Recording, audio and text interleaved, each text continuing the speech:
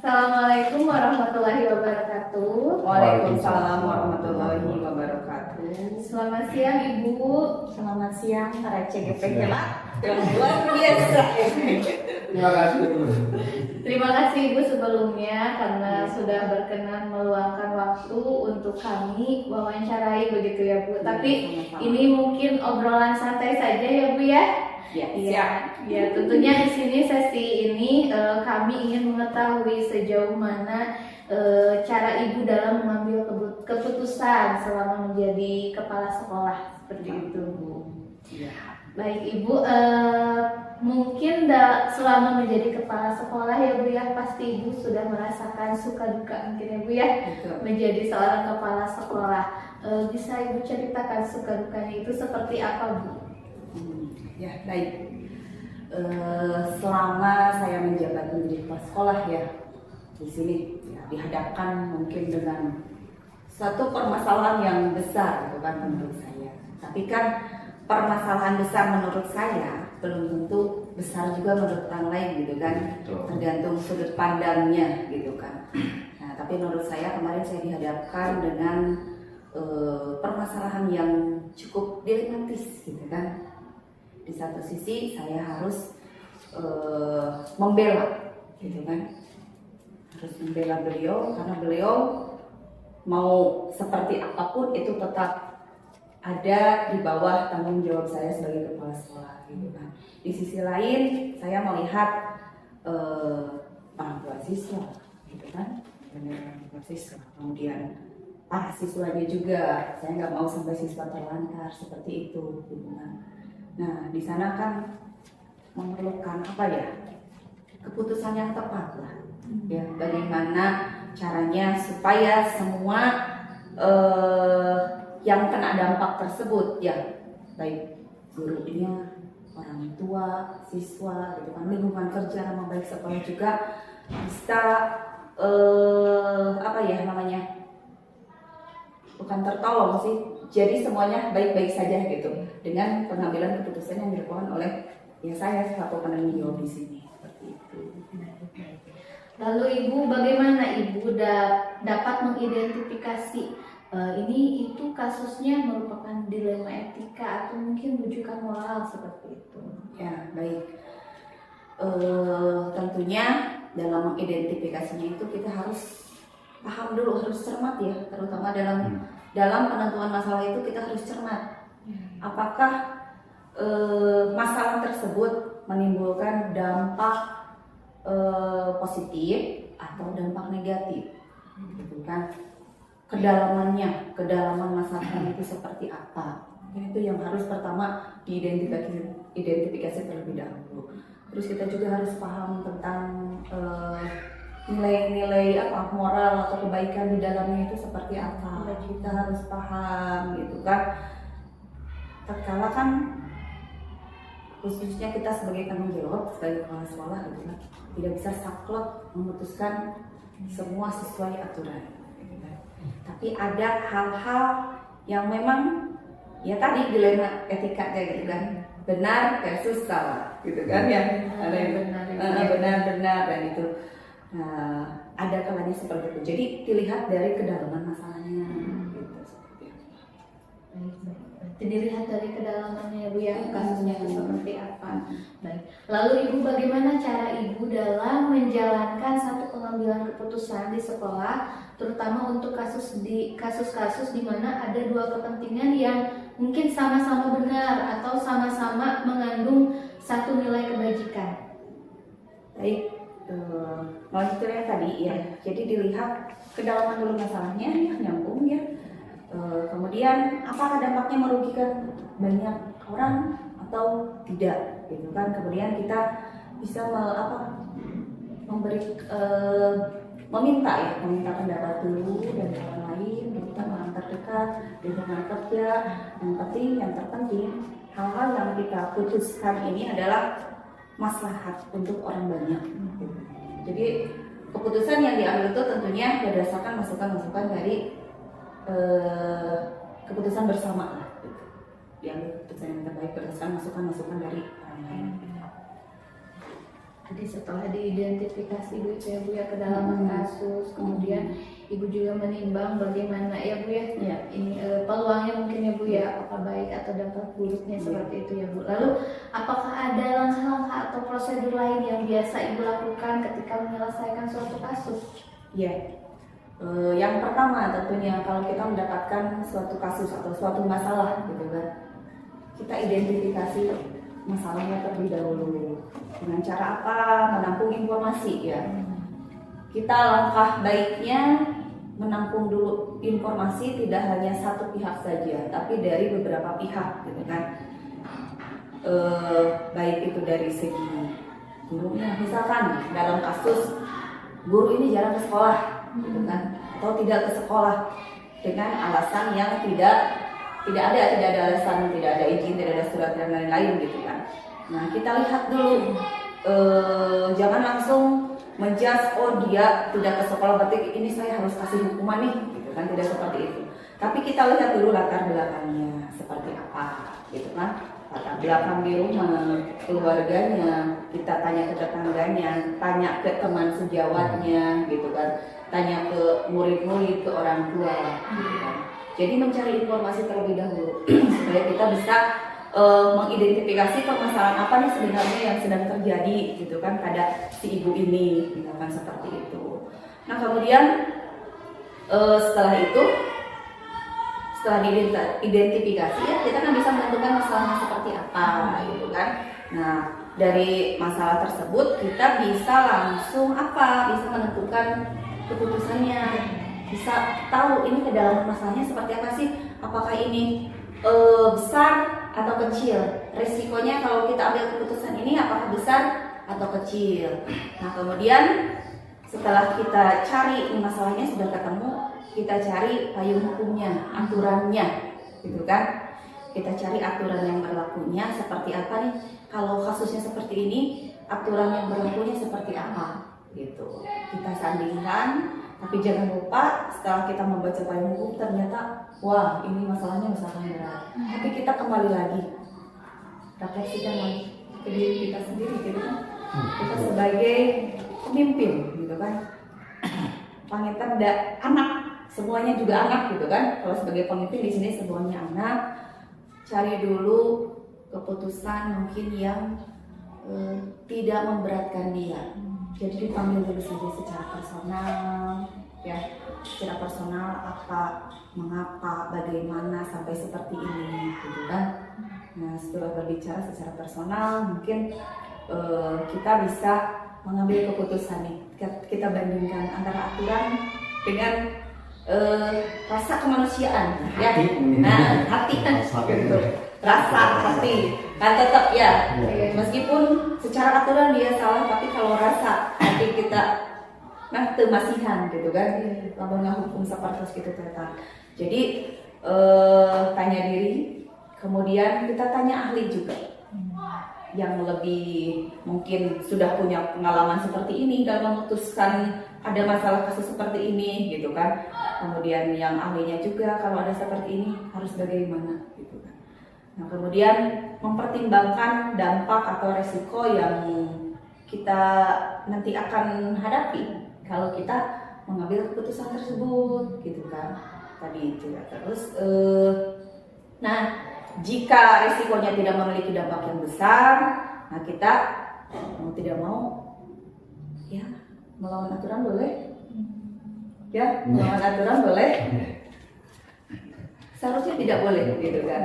Tapi tadi teh gitu kan ada dilema ya, gitu kan secara kemanusiaan mungkin kalau misalkan beliau yang bersangkutan masih bisa memperbaiki sikapnya, ya kita berikan kebijakan gitu ya, seperti itu.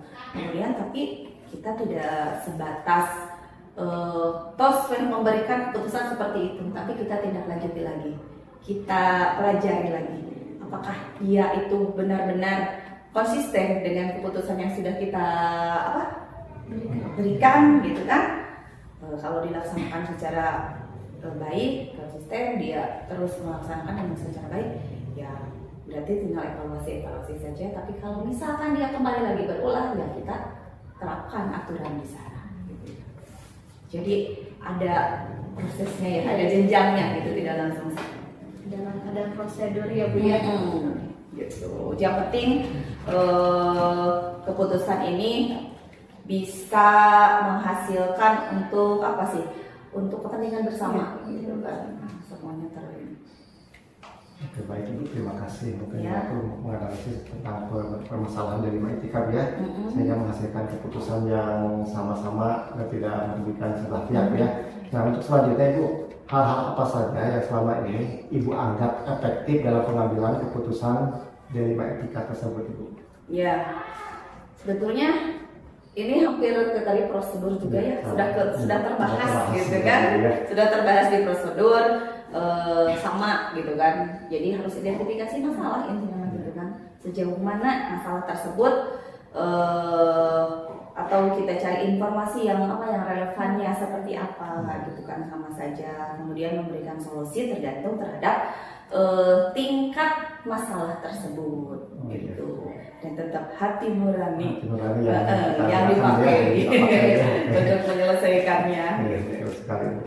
Untuk selanjutnya Ibu, mungkin ada tantangan ya, hal-hal apa saja yang selama ini merupakan tantangan dalam pengambilan keputusan pada kasus-kasus kelima etika yang ada di sekolah ini mungkin yang Ibu pimpin. Tantangannya muka hejimah pastinya ya, yang pertama kasihan. Oh kasihan, rasa kasihan ya. Ya, juga kasihan gitu kan. Kasihan, berkurang ya.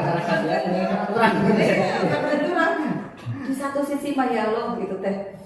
Udah kasihannya lihat orangnya gitu kan. Ya, lihat orangnya lamun cek sudah ada tema warugana gitu kan. Tinggal waruga mengkasihan, tapi kenapa sih kelakuannya seperti itu gitu kan.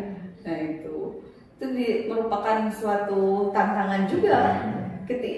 Perang batin lah gitu kan, perang batin antara kenyataannya seperti ini gitu kan, tapi orangnya seperti itu juga tebenang dilelehan gitu kan. Nah itu bisa ini ya, jadi rasa kasihan gitu kan. Rasa kasihan. Yang pertama, selanjutnya perbedaan pendapat dalam sebuah keputusan ya. Misalkan gini, Bapak Ibu semua, ketika saya mengambil keputusan saya mau seperti ini nih, atau mengajukan apa, tapi ada yang misalkan pro, ada yang kontra gitu kan. Nah dari sana kan itu juga bisa menjadi tantangan. Misalkan keputusannya 50-50 nih antara yang pro dan yang kontra gitu kan. Nah itu kan merupakan sebuah tantangan. Saya harus mengambil kemana? Kembali lagi tadi, menggali lagi informasi kedalaman masalahnya seperti apa, seperti itu. Kemudian ya latar belakang pemikiran, pemahaman gitu kan, itu menjadi tantangan begitu. Nah untuk selanjutnya Ibu, apakah Ibu memiliki sebuah tata kelola atau jadwal tertentu dalam sebuah penyelesaian kasus kelima etika? Apakah Ibu langsung menyelesaikan di tempat atau mungkin terjadwal dulu? Nah, untuk selanjutnya bentuk prosedur apa dan seperti apa yang Ibu jalankan dalam menyelesaikan kasus tersebut dari KPK? Baik, dalam menyelesaikan kasus ya setiap masalah pasti ada masalah secara terus menerus gitu kan. Kita tidak bisa tidak bisa dihilangkan dari kehidupan kita gitu kan. Nah, cara pengambilannya mungkin itu dilihat. Ada masalah yang memang harus segera diselesaikan, ada masalah yang memang penyelesaiannya memerlukan waktu, gitu kan. Nah, jadi kita melihat dulu kedalaman masalahnya tersebut. Jadi kembali lagi tetap kedalaman masalah yang kita lihat, gitu kan. Apakah ini masalahnya memang harus segera diselesaikan dalam waktu tertentu atau bisa ditunda terlebih dahulu? Kita cermati dulu. Karena masa pengambilan dalam keputusan pengambilan masalah ini perlu pemikiran yang sangat cermat, tepat gitu kan, cermat, tepat, tidak merugikan orang lain, terus tidak menimbulkan resiko yang besar. Di sini manajemen resikonya itu sangat dipertimbangkan, meminimalisir ya gitu kan. Kalau resikonya besar nanti kembali lagi ke kita, gitu kan. Makanya ya saya sarankan setiap mempunyai masalah ya, jangan langsung mengambil keputusan. Jadi harus Jadi ada pertimbangan terlebih dahulu lah. Ada masukan-masukan dulu dari orang lain, itu kan bisa menjadi sebuah pertimbangan dalam menentukan keputusan seperti itu. Lanjut, silakan. Nah Ibu, ngomong-ngomong nih tentang proses pengambilan keputusan yang tadi disebutkan Ibu nih, Ibu kan sebagai pemimpin, mungkin banyak kolaborasi dengan pihak Iya. tertentu mungkin ya. Nah kalau boleh tahu nih, ada tidak pihak tertentu atau seseorang yang membantu Ibu dalam melakukan pengambilan keputusan? Iya. Terutama dalam keputusan yang bersifat dilema etika itu. Oh iya. Ya. Tentunya di dalam pengambilan sebuah keputusan ini, gitu kan, ada sosok, gitu kan, ada sosok yang bisa kita kolaborasi, bisa kita konsultasi, mungkin ya, konsultasi, gitu kan. Pasti karena saya tidak bisa mengambil keputusan sendiri berdasarkan sendiri, harus bertanya, gitu kan, harus bertanya kepada orang yang lebih mempunyai pandangan tentang masalah ini, terus lebih mengerti akan aturan payung hukumnya akan masalah seperti ini, terus juga mungkin pengalaman dalam menyelesaikan masalahnya, gitu kan. Nah, jika kita bertanya kepada sosok figur seperti ini, insya Allah keputusan yang kita ambil nantinya akan maslahat untuk orang banyak. Jadi harus banyak masukan seperti itu, ya. Dari pihak Ada dari pengawas kan bisa, ya. Pengawas kan sudah bisa menyelesaikan, ya betul. ya, dari berbagai macam problema yang ada di sekolah, pasti konsultasinya semua ke pengawas, gitu. Ya, Dari pengawas bisa kita ke konsultasi ke BPK, bisa ke pegawai karena lebih jauhnya, gitu. Bisa ke kepala sekolah teman sejawat, bisa juga dari lingkungan teman kerja juga bisa, gitu kan. Barangkali pernah mengalami kasus seperti ini, gitu kan. Mungkin ini materi kasusnya segini, kalau ini kasusnya segini, tapi dalam kasusnya yang sama, tapi tingkatannya yang berbeda, itu kan bisa jadi masukan, gitu, buat kita dalam menyelesaikan keputusan. Ya baik Bu, ini sebenarnya buat pembelajaran buat kami juga nih Bu ya, mengambil pembelajaran di pengalaman Ibu. Nah Bu, kira-kira Bu, selama interview ini Bu, selama Ibu menyelesaikan mengambil keputusan berdasarkan studi kasus yang bersifat dilema etika, kira-kira nih Bu, pembelajaran apa yang dipetik oleh Ibu sebagai pimpinan? Ya, di dalam hidup ya tentunya kita pasti selalu dihadapkan dengan masalah. Namun di dalam penyelesaian masalah tersebut ya, kita harus mempertimbangkannya dengan matang. Keputusan yang matang ya, dibutuhkan sekali dalam menyelesaikan masalah. Supaya apa? Supaya semua pihak bisa terayomi dengan baik. Seperti itu ya. Terima kasih Bu, tapi mungkin ini yang terakhir Bu nih. Boleh. Dan saya kira hemat dan ya. Dan terakhir nih Bu, apa yang akan Ibu sampaikan, terutama khususnya buat kami bertiga nih Bu, tentang pengambilan Keputusan. Ya, baik. Kalau saya mungkin pengambilan keputusan lingkup sekolah ya. Nah, kalau Bapak Ibu PGP hebat ini adalah pemimpin pembelajaran di kelas ya, pemimpin pembelajaran di kelas. Sama, tapi tidak jauh berbeda kan dalam pengambilan keputusan. Kita tidak bisa melihat murid dari satu sisi, gitu kan. Tapi kita harus melihat murid kita dari berbagai sisi sama. Maka dari itu bukan perdalam, apa namanya Bu Yuli? Jadi harus tahu seluruh murid gitu ya. Siswa Terus di cross check gitu ya Bu ya. cross check, digali lagi bagaimana latar belakangnya, gitu kan murid tersebut. Lihat sampai isi tasnya, isi sakunya, ya. Lebih dekat lagi sama murid-murid kita. supaya murid-murid kita tidak canggung kepada kita, mereka berani menyampaikan apa yang menjadi permasalahan mereka tidak hanya di sekolah tapi di rumah juga. Nah, dengan kedekatan seperti itu, insya Allah murid-murid kita dalam belajarnya akan terlibat juga, akan semangat belajarnya terpacu. Kedekatan itu bisa menimbulkan semangat yang sangat luar biasa, bisa menimbulkan energi yang positif untuk murid-murid kita, gitu kan. Kalau ada permasalahan murid-murid sama halnya kan ya, dulu tidak sekolah murid juga kan tidak sering kita pungkiri gitu kan, murid juga tidak sekolah, nah kita tidak bisa langsung si eta teh sekolah tos langsung dicaikan isu materi gitu kan, tapi kita tanya dulu kenapa dia nggak sekolah, di situ sekolah itu tegaduhun bakal di sini bumina mana tedamang, kita mungkin dulu tedamang itu ada hal-hal yang lain gitu kan, kita harus telusuri berbagai sisi dari murid-murid kita gitu kan, supaya apa sih sama keputusan yang kita ambil dalam pembelajaran itu bisa tepat gitu kan, apalagi kan sekarang dihadapkan dengan pembelajaran terdiferensiasi gitu kan ya, kebutuhan belajar murid itu seperti apa, makanya kita harus bisa mengidentifikasi masing-masing murid itu kebutuhannya seperti apa. Nanti itu maka dari itu para PGP hebat ini saya percaya semuanya ini sudah berangkat udah beberapa bulan ya, dalam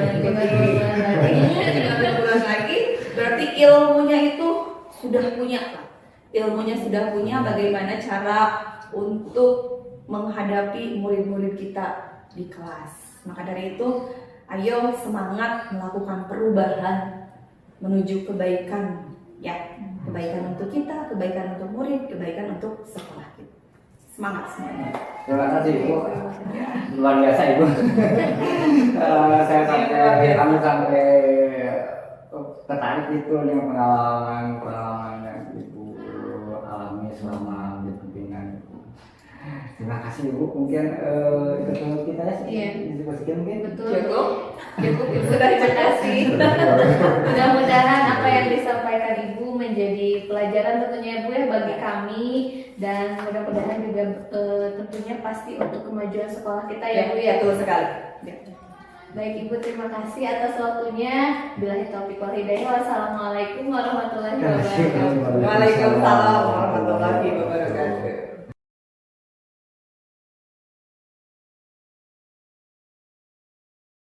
Wabarakatuh Bapak. Waalaikumsalam warahmatullahi wabarakatuh.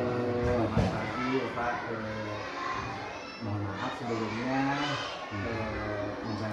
mengganggu waktu Bapak Pak. Tidak, terima kasih. Selamat pagi juga. Terima kasih atas kunjungannya ke sini. Mungkin ada beberapa hal yang perlu Bapak bantu.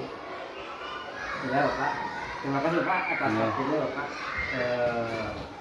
Saya perkenalkan dulu, saya dan kami berdua dari Kabupaten Pemikiran, calon guru penggerak angkatan 8 Kota Tasikmalaya. Kebetulan pada kesempatan ini kami berdua mempelajari tentang nilai-nilai kebajikan dalam pengambilan keputusan. Iya. Nah, jadi saat ini saya ditugaskan untuk melakukan kegiatan interview wawancara kepada 2 pimpinan kepala sekolah atau 3 untuk melakukan interview dalam ruang lingkup nilai-nilai kebajikan dalam pengambilan keputusan. Jadi mungkin kami akan mengajukan beberapa pertanyaan sebagai bahan perbandingan dan untuk berbagi pengalaman Bapak bersama kami gitu Pak. Boleh Pak ya? Ya, sangat diharapkan. Mudah-mudahan bisa membantu. Iya Pak, karena ini mungkin bisa jadikan bahan buat kami Ya. belajar dari pengalaman Bapak gitu Pak sebagai Betul. pimpinan di SD yang Bapak pimpin. Boleh dimulai Pak mungkin? Ya, silakan. Nah, untuk yang pertama mungkin Bapak, apakah Bapak pernah mengalami suatu kasus yang bersifat dilematis di mana mungkin Bapak harus mengambil keputusan dalam proses tersebut, tapi hasilnya itu membuat Bapak dilema seperti itu Pak. Oh, Kalau ada mungkin bisa diceritakan Pak. ya kalau kasus yang sifatnya sangat besar itu tidak ada, cumalah kasus-kasus yang ringan-ringan yang memang sifatnya memang itu bisa ditangani secepat mungkin. Nah seperti halnya yang baru-baru itu ada orang tua murid ya, yang mengadu di sekolah karena mungkin pelayanan dari pihak guru kurang memuaskan. Nah di antaranya memang ada pelayanan yang dia kurang diterima lah perlakuan kepada anaknya oleh saya selaku pimpinan. Orang tua tersebut dipanggil dan dibicarakan permasalahan-permasalahan tersebut, dan ternyata permasalahan tersebut bukan masalah yang sifatnya sangat fatal lah gitu. Cukup oleh saya itu diberi saran, ibu lebih bagus ibu itu pendekatan kepada guru kelasnya, apa yang diharapkan, apa yang diperlukan, sampaikan kepada guru kelas. Yang utamanya itu ibu jangan sampai memojokkan atau menyudutkan permasalahan itu kepada guru kelas, yang sehingga guru kelas itu tidak menerima. Yang berbalik itu tentu saja nanti imbasnya kepada anak ibu sendiri maupun kepada ibu, apalagi nanti ada kaitannya dengan sekolah.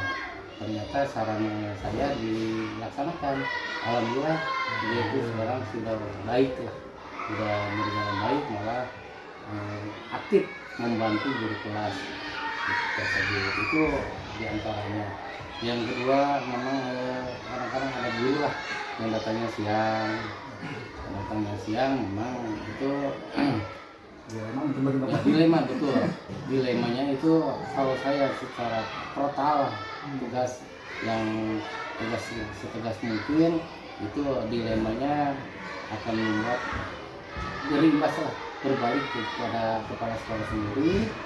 Kadang-kadang kan sifat guru ada yang menerima, ada yang tidak. Ya syukur-syukur kalau dia menerima, ditegur, begitu ditegur dia itu langsung mengubah perilakunya. Ada kan tidak menerima, berbalik justru akan membuat nilai-nilai yang lebih bahaya, permasalahan yang lebih rumit lagi.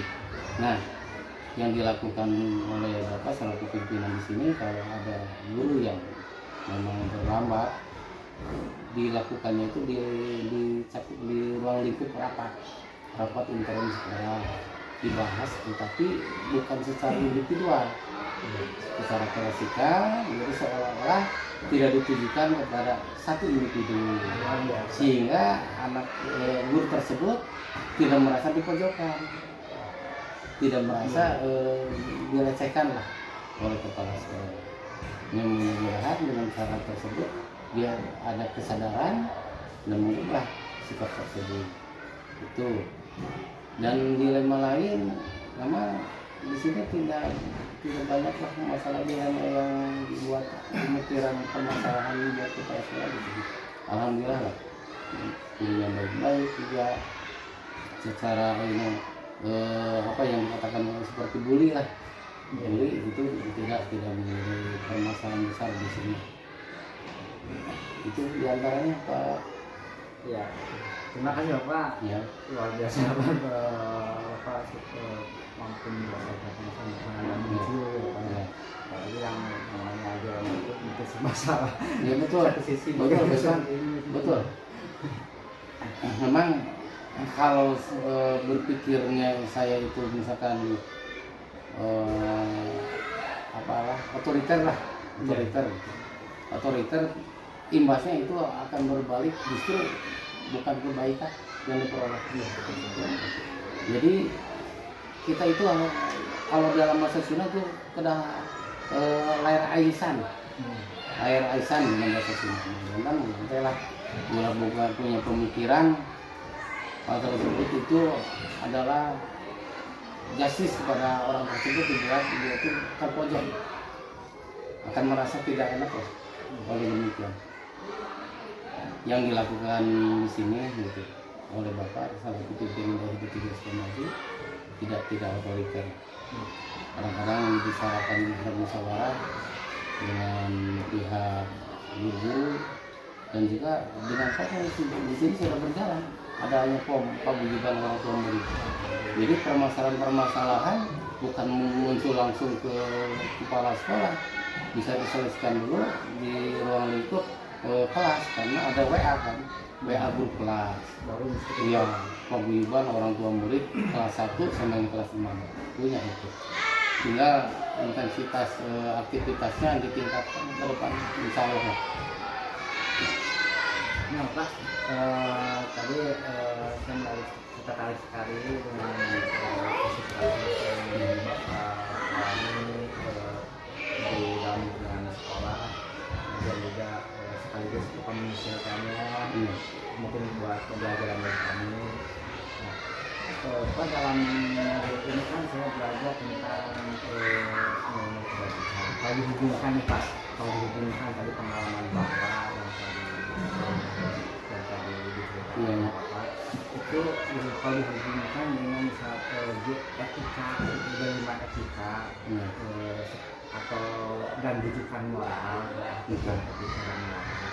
Kira-kira nih Pak, menurut Bapak bagaimana cara Bapak selaku pimpinan kepala sekolah untuk mengidentifikasi kasus-kasus yang muncul, apakah ini termasuk dilema etika atau ini termasuk dilema moral? Bapak cara mengidentifikasinya? Memang kalau dilihat ada yang kaitannya dengan etika, ada dengan moral. Seperti halnya guru yang datangnya terlambat sejak ke sekolah. Memang kaitan dengan etika karena ada kode etik guru. Betul. Tapi pihak kepala sekolah tentu harus ada kebijakan-kebijakan tertentu. Kebijakan tersebut untuk kebaikan, nilai-nilai kebaikan sehingga tidak terjadi lebih parah lagi permasalahannya. Konfliknya lebih luas gitu. Terus secara moral, dikaitkan secara moral ada guru yang kesiangan tersebut itu kaitannya dengan moral atau karakter guru itu sendiri. Karena kalau misalnya kita sudah memberi teguran, nasihat, kalau karakter gurunya itu tidak ada itikat untuk mengubah, justru akan menjalani tempat. Ya, seperti yang tadi dikatakan, guru yang menerima nasihat tentu dia itu akan melakukan perubahan ya, dengan baik. Coba yang tidak menerima, justru kalau berbalik berbalik tidak baik lah justru itu. Nah, nilai-nilai dari kebijakan itulah seorang pimpinan melakukan kebijakan. Tetap kan alur untuk pelaksanaan dari etika seperti yang ada dalam kode etik guru itu memang visualisasi disampaikan, dia itu juga sudah tahu. Nah, kalau sudah ada etika dalam diri, introspeksi diri berarti dia itu tidak akan melakukan hal yang tidak diharapkan secara etika maupun secara moral. Ada kebijakan sendiri. Iya, betul. Tetap kita harus ada kebijakan tetap.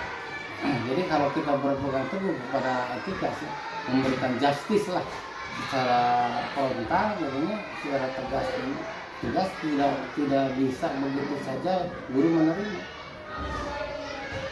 Kalau guru tidak menerima, akan berbalik masalah tersebut, guru akan menambah permasalahan. Kalau di luar bisa komputer bisa Betul.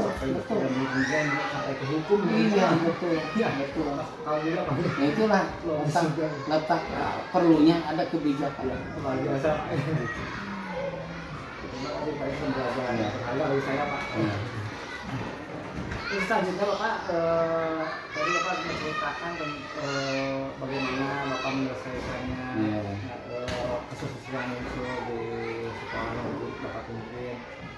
Kalau boleh nih Pak, bisa disebutkan atau diceritakan langkah-langkahnya spesifik ada beberapa langkah itu prosedur yang Bapak lakukan selama ini dalam kasus-kasus yang dialami oleh Bapak. Oh, iya. Jadi ya kalau misalnya ada laporan itu baik dari orang tua atau dari guru, jadi tidak begitu saja 100% terima, ya. Didalami dulu, dipelajari, baru diteliti betul tidak apa yang dilaporkan tersebut. Nah kalau misalkan betul, oh ini dicari titik permasalahannya itu apa.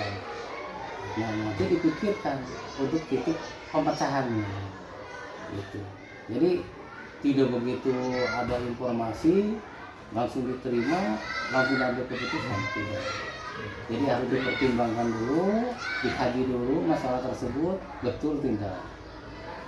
Nah kalau misalkan betul, pelajari ini penyebabnya apa. Nah, cari penyebabnya mengapa hal ini dilakukan, misalkan murid terlambat itu, atau misalkan seperti tadi ada orang tua murid yang mengadu. Nah dicari penyebabnya apa, cari solusinya. Solusinya apa nih? Tindak lanjut selaku pimpinan gitu. Nah tindakannya itu penuh dengan pertimbangan, baik Pak.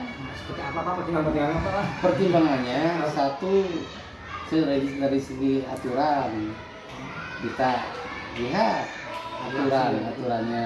Kalau kita ambil kan kode etik guru lah, ambil kode etik guru. Terus juga harus ada pertimbangan lain. Nah kalau misalkan ditindak secara frontal, ya, tidak ada pertimbangan, bagaimana akibatnya. Jadi tetap segi itu harus ada kebijakan juga dari pihak pimpinan. Lagi ya. Iya. Karena kalau tidak ada kebijakan, tindakan kita misalkan tujuan yang baik, ya, tapi individu tersebut tidak siap, Iya, itu juga. akan berbalik kan? Iya, Berbalik lagi mengembalikan kepada kepala sekolah. Ya, kadang-kadang kan yang misalnya dia itu melanggarnya hanya beberapa poin kecil lah misalnya. Setelah misalnya dilakukan tindakan oleh kepala sekolah, justru kalau yang tidak menerima akan bertambah. Bukannya untuk mengubah diri kan ada yang seperti itu. Nah itu perlu dipertimbangkan juga, ada segi-segi kebijakan dari seorang pimpinan. Nah kalau misalnya ranahnya lebih parah, tentu tindakan itu panggil individu tersebut parah. Nah bisa langsung dilaporkan ke pimpinan yang lebih tinggi lagi, bukan kalau parah. Kalau kita tidak bisa dilakukan solusi lah, tindakan oleh kita itu tidak berhasil, nah, bisa ditingkatkan lagi ke tingkat yang lebih tinggi, baik itu ke dinas pendidikan atau ke instansi lain yang hubungannya untuk meredam permasalahan tersebut. Kan ada ya yang tidak bisa diselesaikan di sekolah, kita lemparkan ke dinas pendidikan. Iya. Pak, Bapak itu seorang pimpinan yang bijak, Bapak. Menurut saya itu dari cerita Bapak itu mungkin akan saya sebagai bahan penjaga juga saya juga perlu dari pengalaman Bapak yang diceritakan. Banyak sekali itu yang dipetik di Bapak. Itu saja Pak, ini kira-kira nih Pak, hal-hal apa saja yang selama ini menurut Bapak dianggap paling efektif Pak, yang paling efektif dalam pengambilan keputusan dalam setiap kasus Pak? Oh setiap kasus yang paling efektif. Ya kalau paling efektif yang dilakukan oleh Bapak, ya diantaranya itu tadi dia lakukan dulu pengkajian dulu masalah tersebut, ya. Terus kalau sudah ada titik permasalahannya, baru dipanggil yang bersangkutan atau dibahas di forum rapat, langsung misalnya itu cari solusi atau pemasarannya. Jadi intinya apalagi dalam proses dalam etika Iya, iya. itu seperti itu. Betul. Jadi dikaji dulu lah. Ya, gitu. Jadi tidak begitu saja diterima. Termasuk Ya. terus Hmm. buat pembelajaran saya juga ya, saya menghadapi saya dulu kan saya juga masalah orang tua itu Iya. jadi memang harus diedukasi dulu kan, Iya. memang perspektif gitu. Terus selanjutnya silakan Pak, kalau sudah ada Pak Arif. Ya, Pak Arif. Untuk selanjutnya kita tantangan Pak ya. Ya, tantangan. Ya, hal-hal apa saja selama ini merupakan tantangan dalam pengambilan keputusan dalam kasus etika. Tantangannya memang diantaranya gitu. Jadi kalau kita mengambil keputusan kan ya kadang-kadang individu tersebut lah tidak menerima. Ya, betul Pak. Jadi ego. Memang tidak bisa Apalagi misalnya dia itu merasa yang paling tua, paling senior. Nah, jadi sifat ego lah. Oke, selanjutnya terima kasih Pak ya. Mungkin untuk pertanyaan selanjutnya, apakah Bapak dalam menyelesaikan kasus permasalahan itu akan mungkin terjadwal atau itu akan mungkin secara langsung Pak untuk menyelesaikan permasalahan di dalam kita itu Pak? Kalau terjadwal tidak terjadwal, ya secara langsung pada hari itu terjadi. Ya tentu saja terjadinya itu tentu tidak begitu langsung melakukan tindakan, tapi juga ya mencari dulu memang betul permasalahan tersebut, jadi dikaji dulu lah permasalahan tersebut. Kalau terjadwal tidak. Itu terjadwal. Apakah kasusnya juga tidak Iya, spontanitas iya. gitu Iya. ya.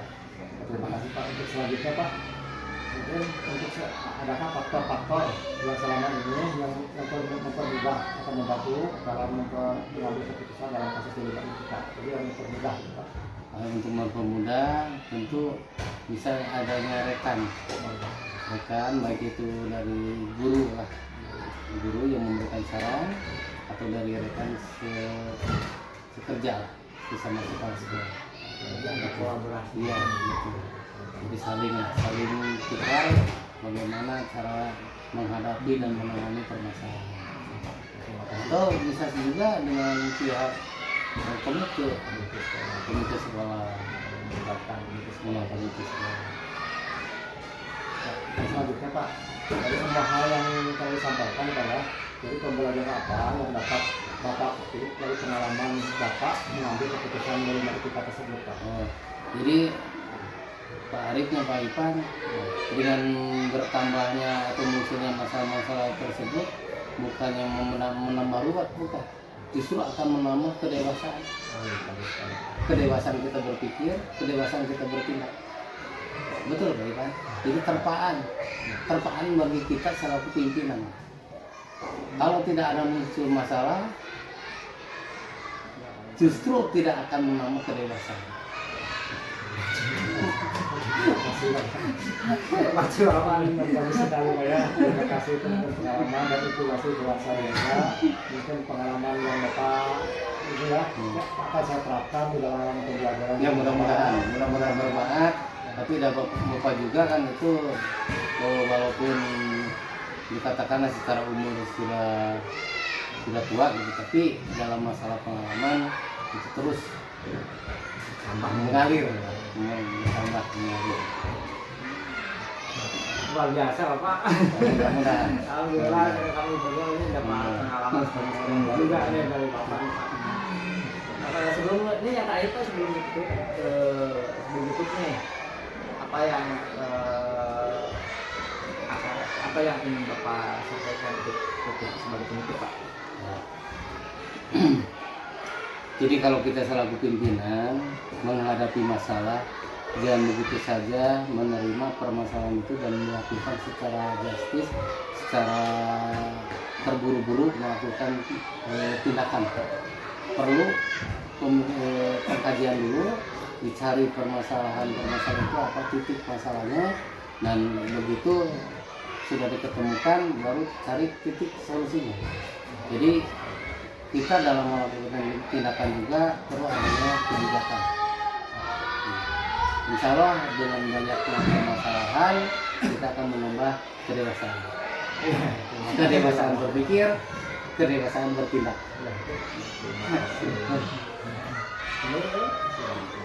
Alhamdulillah Pak, terima kasih sekali, terima kasih banyak, terima kasih banyak Bapak. Sama-sama, sama-sama. Mudah-mudahan sukses.